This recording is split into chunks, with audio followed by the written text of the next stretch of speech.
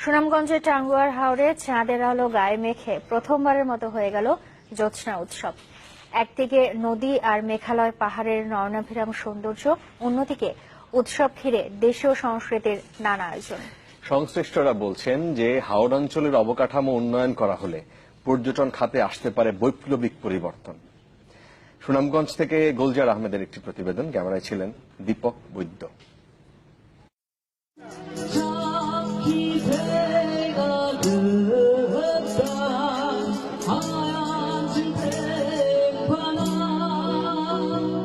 সূর্যাতের মনরাঙায় প্রতিনিয়ত সুনামগঞ্জের সেই হাওর পাড়ের মানুষের কাছে এ যেন এক অন্যরকম আনন্দের উপলক্ষ।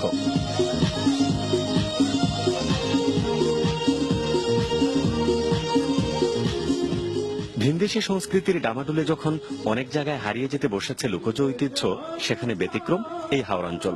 শত কষ্টে জীবন গাড়ি চললেও দেশীয় সাংস্কৃতিক বৈচিত্র্যের নির্মল আনন্দে ডুবে থাকেন প্রান্তিক মানুষেরা।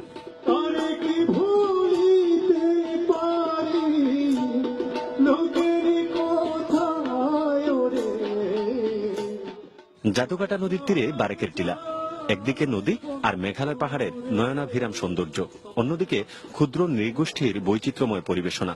জ্যোৎস্না উৎসবকে ঘিরে এই আয়োজন বর্ণিল করে তোলে গোটা জলাঞ্চল।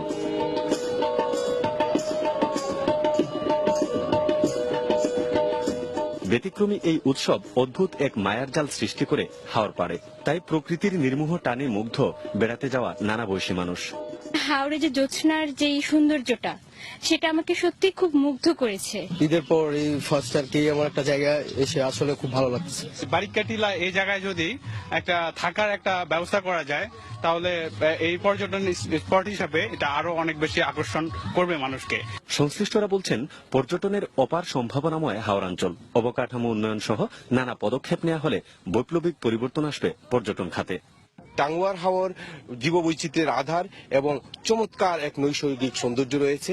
বারিকের টিলা এবং জাদুকার নদী মিলে যে চমৎকার রূপ সৃষ্টি হয়, সেটা দর্শকদেরকে যদি আমরা আকৃষ্ট করতে পারি, তাহলে অনেক পর্যটক আমরা পাবো। হাওরে প্রথমবারের মতো জ্যোৎস্না উৎসব শুরু হয় শুক্রবার রাতে। চাঁদের মায়াবী আলোয় নাচ গানে মেতে থাকেন হাজারো মানুষ।